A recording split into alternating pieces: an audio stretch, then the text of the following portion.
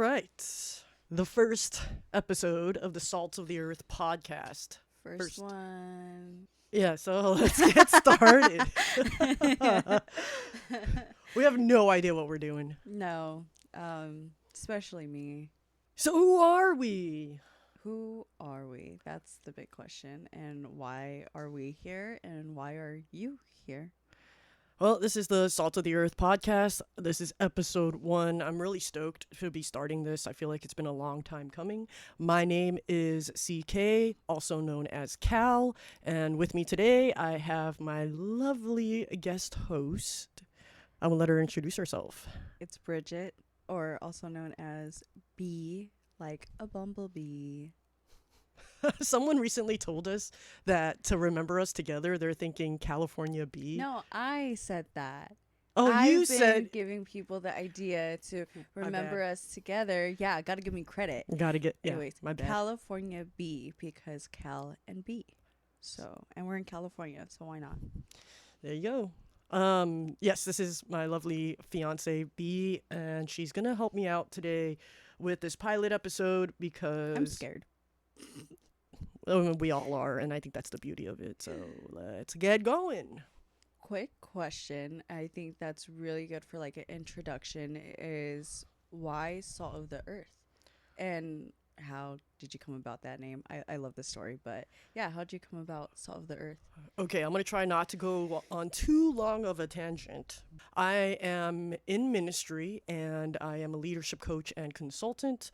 I left the corporate world, if you will, to try to pursue ministry full time, which is what I'm doing. Was there for that? Yep. We're going to talk about that a little bit later too. But with Salt of the Earth and where I got the name, I knew that I was going to create some kind of a community, especially a faith-based one that incorporated leadership, just day-to-day life lessons, but specifically for the LGBTQIA plus community.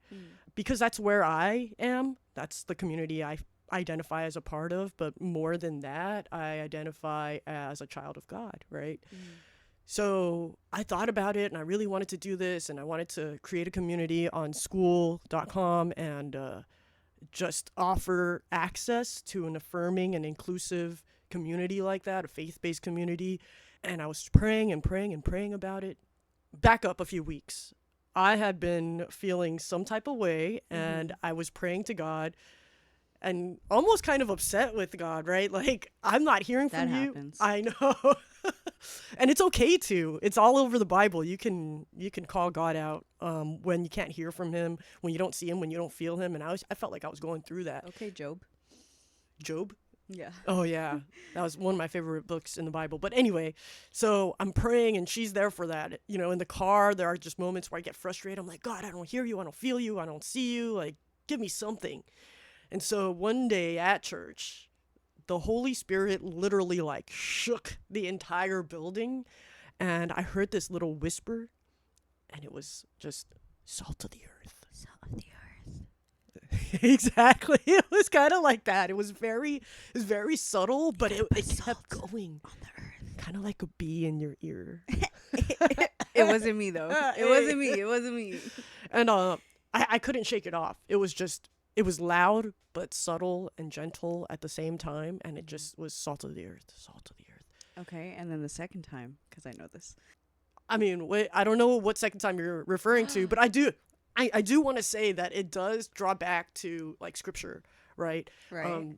It is biblical because Matthew 5:13, Jesus is talking to his disciples and his followers about what it means to be the salt of the earth. What do you do if you're salt and you lose your flavor? You're no good. You can't add flavor back to salt once it's lost its flavor. And Facts. that's how I see the uniqueness of everybody and in all of creation is we are meant to be the salt of the earth. And there's different types of salt. Right. So that's what makes it so much better. It's like Yeah. different salts for different things. And hey, what do they say helps your external body? Your external body. Epsom salt as well. So it's not just flavoring it in your Epsom it's not just salt, flavoring in your Himalayan salt, Celtic salt. it's not just flavoring in your food. It's also flavoring in your bath water. No, it's just I think it's really important for us to recognize, right, that we're all made with flavor and we all bring different flavors to the world. And I think it's important that we keep that flavor. And so that's where Salts of the Earth came Yeah. from. And I'm going to go a little bit deeper. What helps keep your hydration in your body? A little bit of salt. That's going to be another topic for another episode in regards to how much salt. Okay, but I will add to your story. So I know when we were talking about this, our little banter about salt of the earth, like, is it right? Is it not? Besides the confirmation from God, I mean, I think these are other confirmations from God. Little by little, from The Office, I'm a Office super fan, if I say so myself. But little by little, Peacock has been releasing the Superfan episodes, which are the extended episodes, deleted scenes, little by little on the series, right? So finally, they released this one. I forgot where it's, what season and what episode it is, but a deleted scene was of Michael Scott. He went down to the warehouse dressed as Jesus because he was mad he couldn't be Santa Claus anymore. And he went down to the warehouse workers standing on top of the staircase and said, "Come, be the salt of the earth." And whatever else. And we just both looked at each other because we were watching it in bed. And we were like, holy moly. It was it was that same night. So it was okay. Let me go back a little bit. That same night when I mentioned that the Holy Spirit shook the entire building at church, and I heard that, I verbally expressed to B that I think I'm meant to start this, and the name is Salt of the Earth. That night, we watched The Office before we go to bed, like every other night. And to her point, this was kind of one of the newer Superfan episodes. Unreleased scene, right? We actually never seen this scene before, yes, have we? And I knew that because you're a super fan. I'm a super fan. I knew that all the episodes weren't released yet, and the fact that happened like that same day was crazy. Yeah, that was crazy alignment, and it was a God wink for sure. We don't believe in coincidences. We believe in God winks. Yep. Wink, wink. Yeah, so that was definitely a God wink. That was absolute confirmation. I mean, we made a short story long, but it's okay. I mean, I think it's all worth it and funny, especially because this is like the intro. So, hey, why not banter a little bit longer? Yeah. Speaking about like Michael Scott and how he's the manager and all that fun stuff, and how if you've watched The Office, he's not your traditional type of leader. Where is a moment where your leadership and faith collided? I always found it weird that this is probably going to lead to the next topic about integrity, but I always found it weird that we aren't supposed to talk about certain things at work. Right. So for some context, I don't mind the vulnerability at this point, but we used to work together. I used to be her boss. And so B got to witness in action what it meant for me to bring my faith into a professional workspace. And I know that in general, normal, quote unquote, society, that is a big no-no. You don't talk about religion. You don't talk about politics when you're at work. But I always found that kind of weird. I mean, and people always did. Yeah, they did anyway, right? It was more of a thing like, kind of like if you got caught because somebody was complaining, then it was an issue versus... Right. It wasn't like I was ever trying to get... I wasn't like a Bible thumper, if you will. Like, I wasn't trying to like get everyone to convert. But in all honesty, I converted in 2018, 2019, that transition there. And then COVID happened. Oof. Yeah. Hated that. I know. COVID was I think it was a time of reflection for me personally where I was going through some stuff, which, again, we'll talk about later on, but I needed to have my faith. I also picked up this book titled Follow Me by David Platt. Oh, I love the first chapter. That's how far I got. She's not a reader. I am. But that book changed my life. There was something about, if you say that you are a follower and a believer of Jesus Christ or Yeshua HaMashiach, you have to follow him wholly and completely. You don't get to choose when you are one person or another, when you believe and when you don't. And then I also used to be a member of the Saddleback Church. I know you were too. We were there together at some Before point. you jump into Saddleback, what you just said like really caught my attention because it is true. Because your true authentic self as a follower of Jesus, it is going to come out at work. It is going to come out in your everyday life. And if your everyday life is at work, then your original authentic self is going to bleed through. Right. You just Like, how can you you hide that if can't that's who hide you are? that. Yeah. And especially when you have a good healthy work environment, a lot of people are going to be like, what's that? The trauma. but but I mean, at least I think everybody at least experience like one job where they do have that comfortability to create friendships with their coworkers, and it does come out, and you're always going to find somebody that is a crazy Jesus follower or somebody that does lead by example like Jesus, Yeah. where it grows organically. And that's what piqued my interest in developing a more not I don't want anybody to, but like an intimate friendship with you, Mm-hmm. where I was willing to open up to you. And how we started was faith based.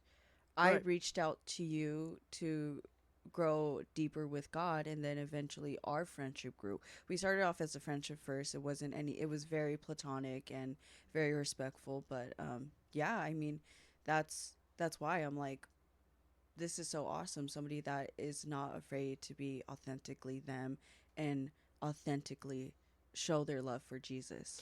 Yeah, and I think you brought up a really good point too in regards to not being able to hide who you are. I know that some people do, and it's such a shame, right? And I'm not talking about religion or beliefs in that sense, just in general, if you have to hide who you are.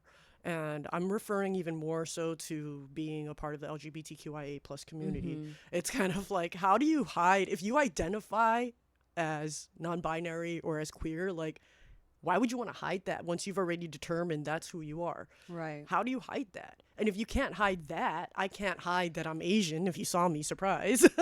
I can't hide that. So how Right. am I going to ever hide that I am a child of God? So that's a really good It's point. like when you dye your hair, like you can't hide your roots. Oh, yeah, I mean, you can. You can, but like they grow out. You've helped me tremendously with that. Axiom. Yeah. No, but yeah, that's essentially where faith and leadership met for me at work.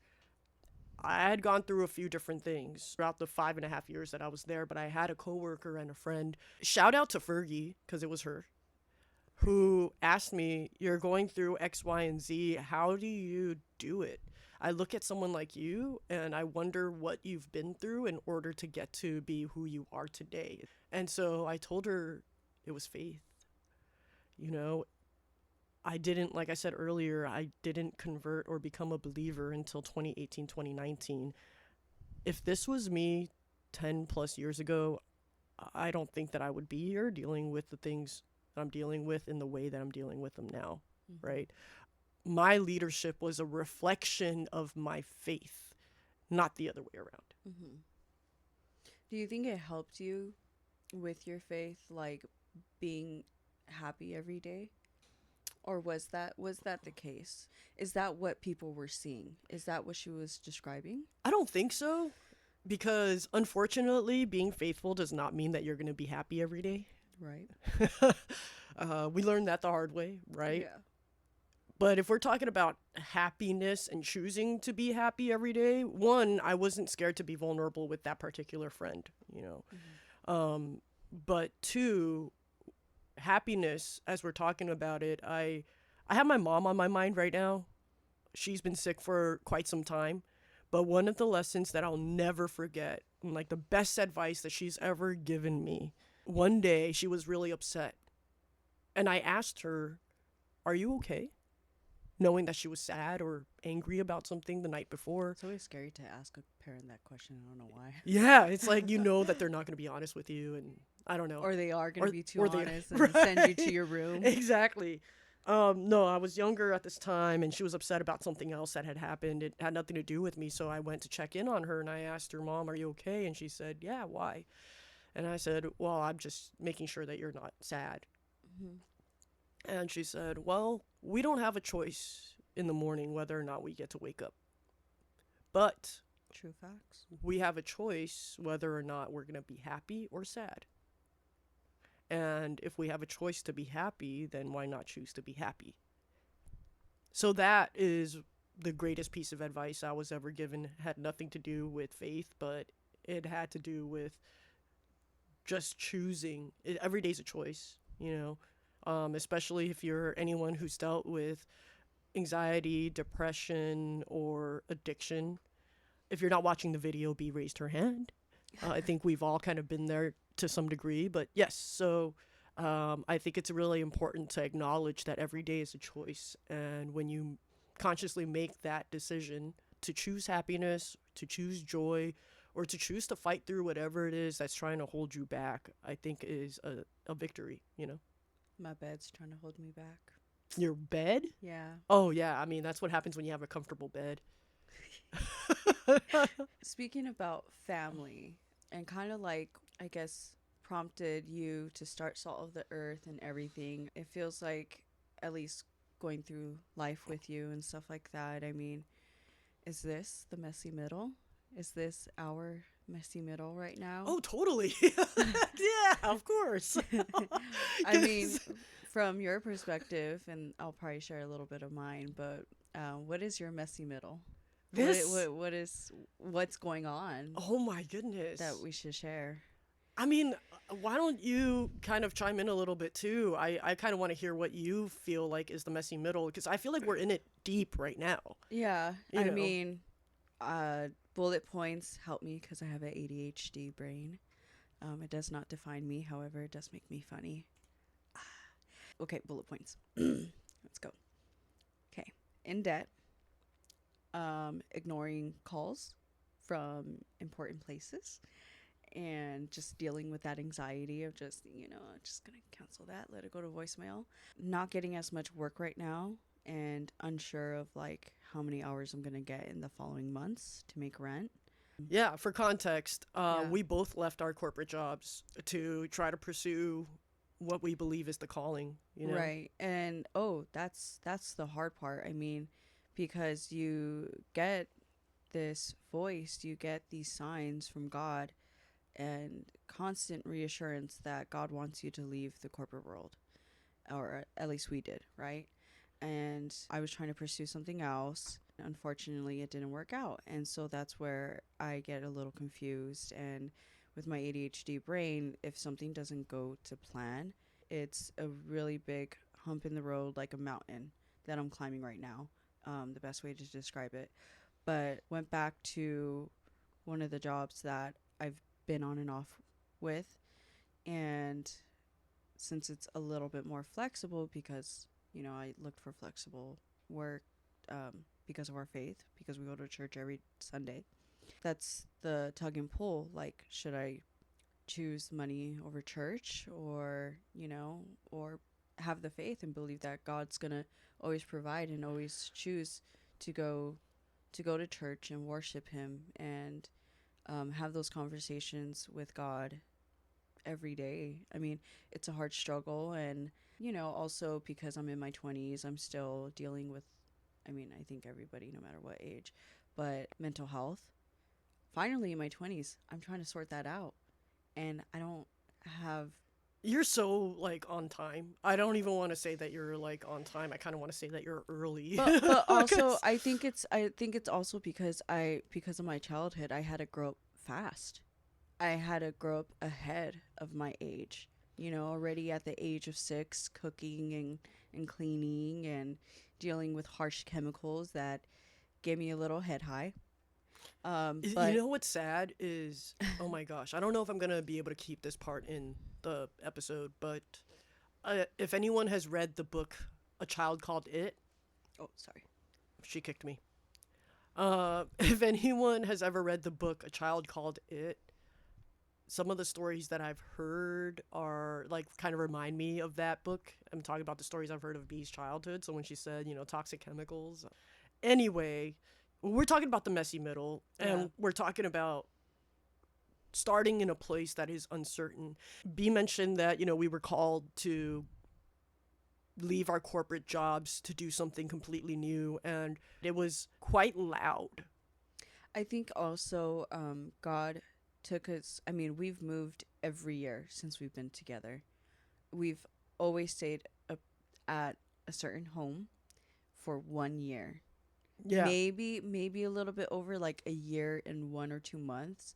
But in those times, we were already starting to move. It's been crazy. Not only are we physically moving, but our mentality and our calling, our path has also moved along with us in every move. And the thing is, we don't plan on these moves. No. They just come up, and we've just had to work Pivot. through it. Yeah, And I learn how to think- pivot. And you made a wonderful point. I think this last time that we moved, it was because God didn't want us to be left with what ifs. Yep, what ifs.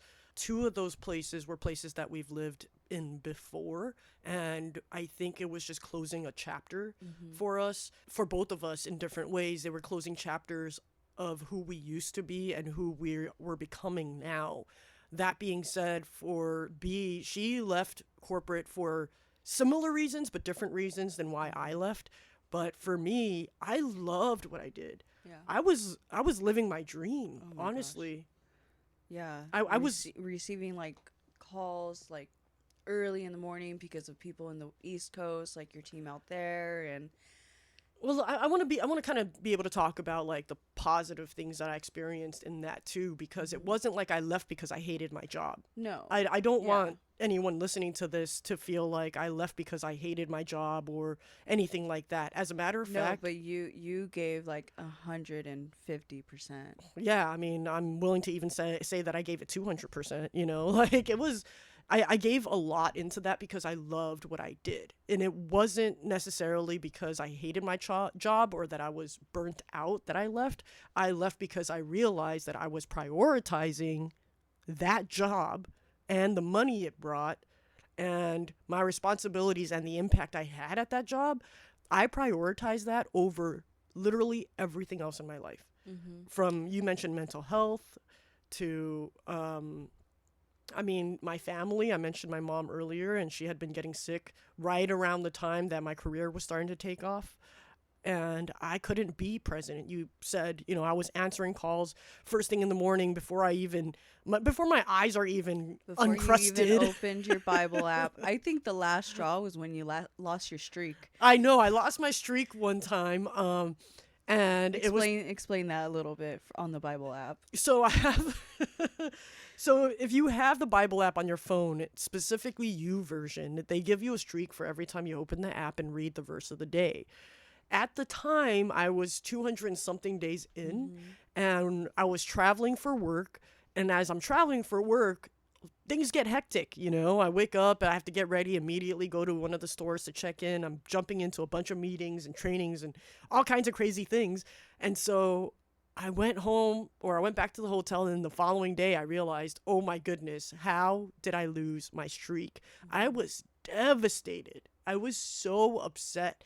And it made me realize, oh my goodness, I am prioritizing work or anything else over what I usually prioritize first is God, is my relationship with Yeshua, and opening up the Bible first thing in the morning. Before I open any other app, I open the Bible app, right? So that was, What's your streak at now? ooh, let's check and pull out my phone.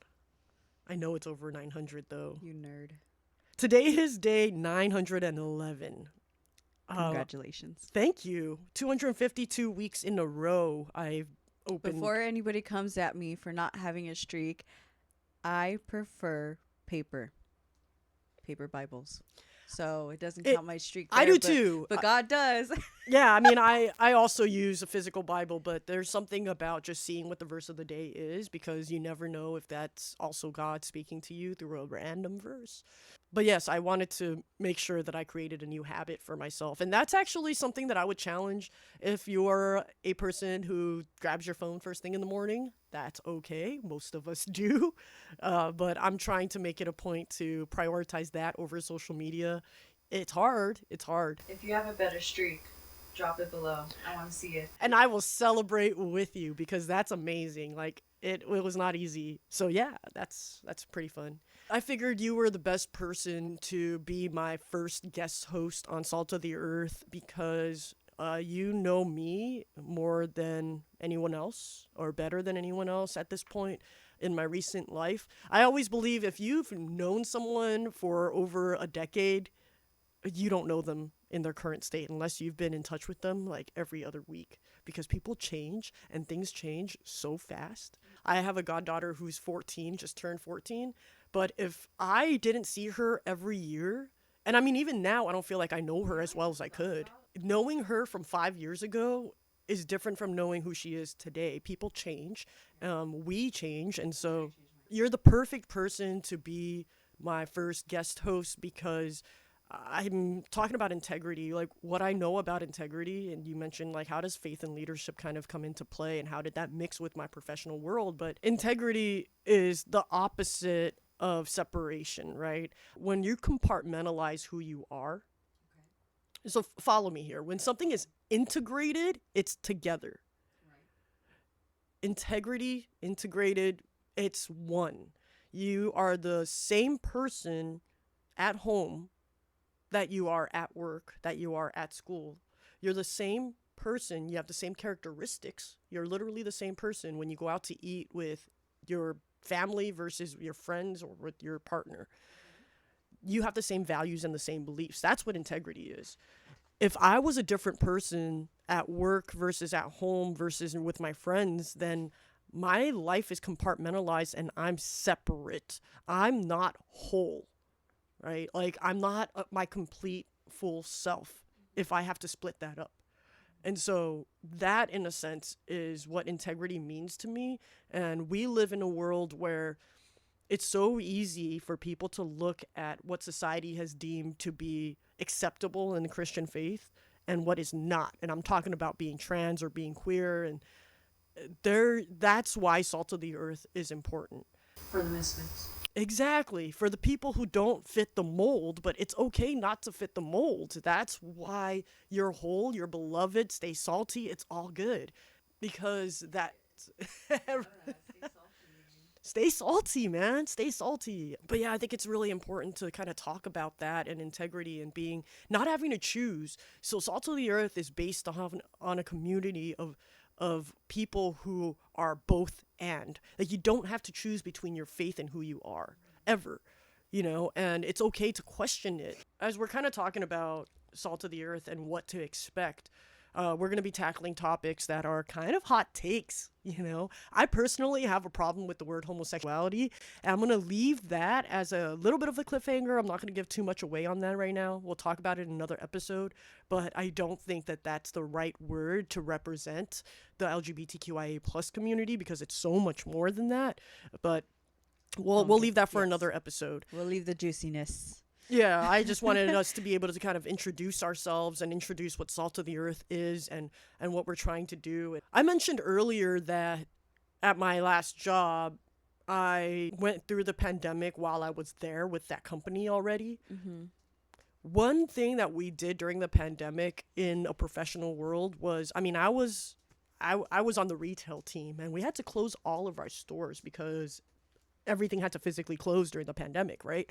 And we had to think of a way to give people access to the product, to the stores, to the salespeople and all that stuff, to customer service. We had to give people access to that while the stores were closed. And not everybody had access to that. As a matter of fact, at the time, there were only 2 physical locations. So you're giving access to the people whose church doors have closed for them. Exactly. And whether those church doors have closed for them or they never existed.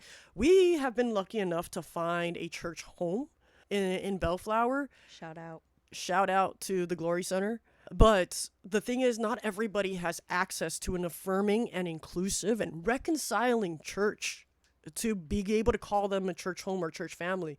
And I know a lot of churches broadcast and live stream their services.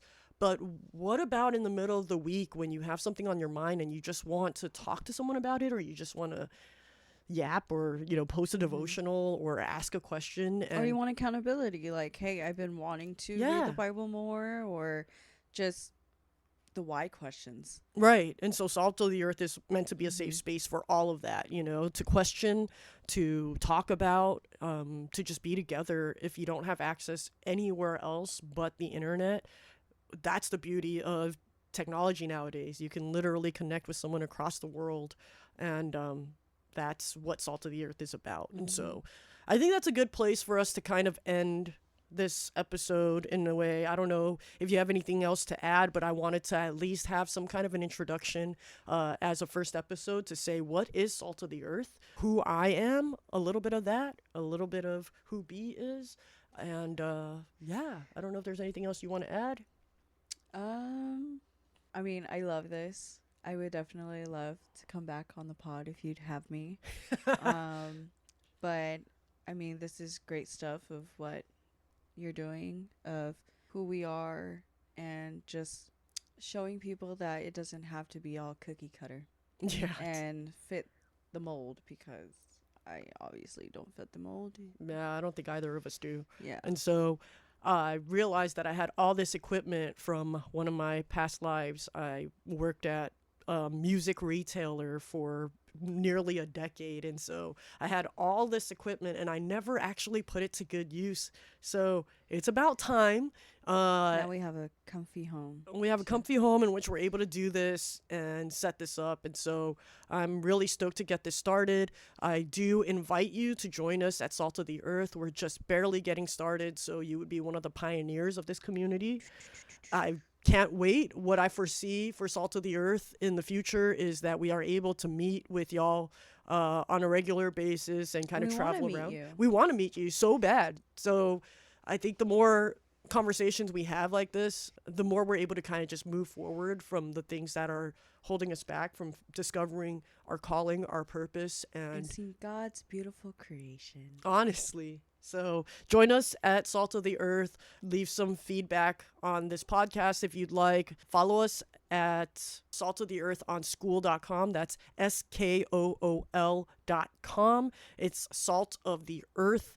And if you need to find either one of us, I would say just find me first. I'll send you the link to Salt of the Earth on Instagram. It's at Cal Speaks Life.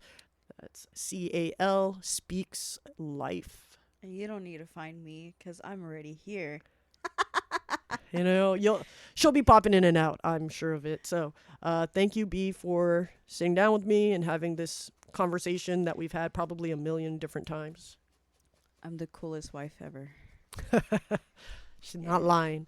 We'll see you guys soon. Thank you. Have a great day.